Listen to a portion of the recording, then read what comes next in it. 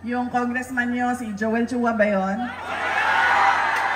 Sabi nung isang kaibigan ko na tiga Cebu, na kaibigan din niya.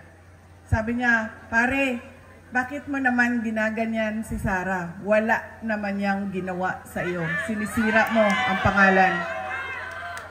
Sabi niya doon sa kaibigan namin, putang ina pare, hindi ko naman kilala si Sara at hindi niya ako kilala. So ano bang pakialam ko sa kanya? Putang ina rin. Putang ina niya rin. Nandito ako ngayon sa distrito niya.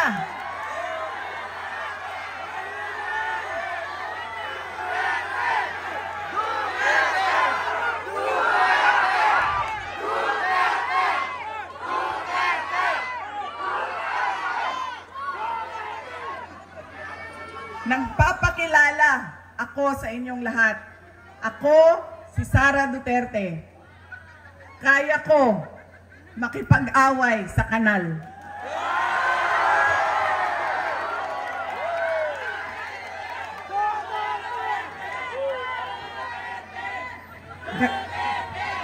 Kami, kung saan kami galing, doon sa Mindanao, sanay kami sa wala. Kaya, walang mawawala sa akin kung dalhin ko ang away na ito dito sa kanal ng distrito ninyo.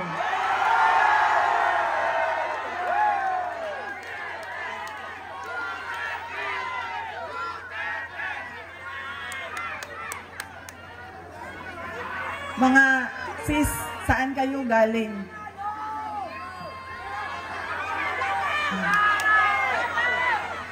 Kinsay mga tausog diri?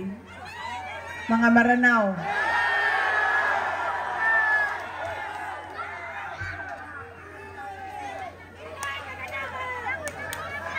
Kinsay mga Bisaya?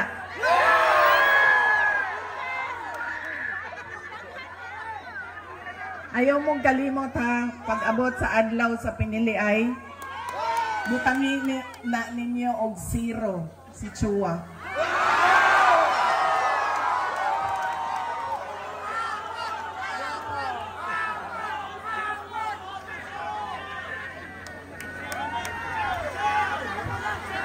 Pangalawa, sikat na apelido, pamilyang politiko, automatic ang boto natin. Pangatlong, ugali ng mga Pilipino sa pagpili ng kanilang mga leader. Kung sino yung may pera at bumibili ng boto, ay ibinibigay natin ang ating pagkatao sa kanila.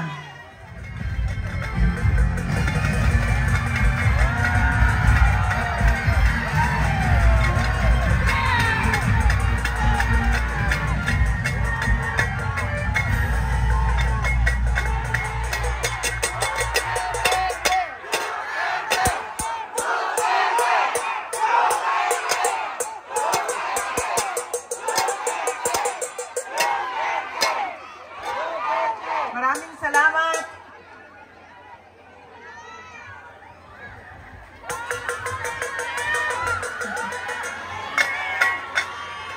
Assalamualaikum warahmatullahi wabarakatuh. Madayaw mayong gabi kaninyong tanan. Magandang gabi sa inyong lahat. Unahin ko po muna ang aking mga pagpapasalamat. Nagpapasalamat tayo sa ating babalik na Mayor Isko Moreno Dumagoso sa kanyang pagpapahiram sa atin ng stage, ng ilaw, ng kuryente, ng mikropono para mapaabot sa inyo ang aming mga mensahe ngayong gabi na ito. Pangalawang pagpapasalamat ay sa inyong lahat, mga kababayan, dahil marami sa inyo ang hindi pa kumakain, hindi pa nagluto, pero nandito galing pa sa trabaho, pero nandito kayo para makinig sa amin at sa aming mga mensahe para sa bayan. Maraming salamat po sa inyong lahat.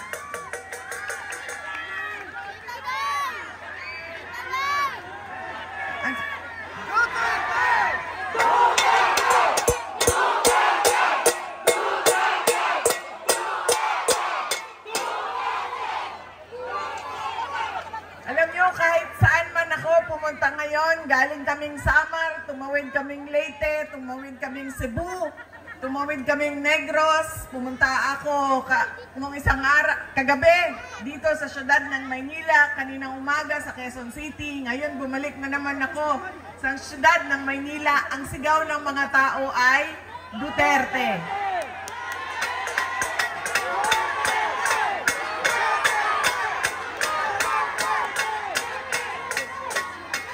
Baka lang po, nakakalimutan ninyo na hindi po ako kandidato ngayong eleksyon na ito. Pero nandito ako para maglabas ng nararamdaman ng karamihan ng taong bayan sa ating pamahalaan ngayon. Pero tapusin ko po muna ang aking mga pagpapasalamat. Ang sunod po na pagpapasalamat ay mula sa akin, personal, sa inyong lahat, mula sa mga kasamahan ko at sa aming opisina sa tanggapan ng pangalawang Pangulo sa inyong patuloy na suporta at pagtitiwala sa aming lahat. Maraming salamat po sa inyong mga kababayan.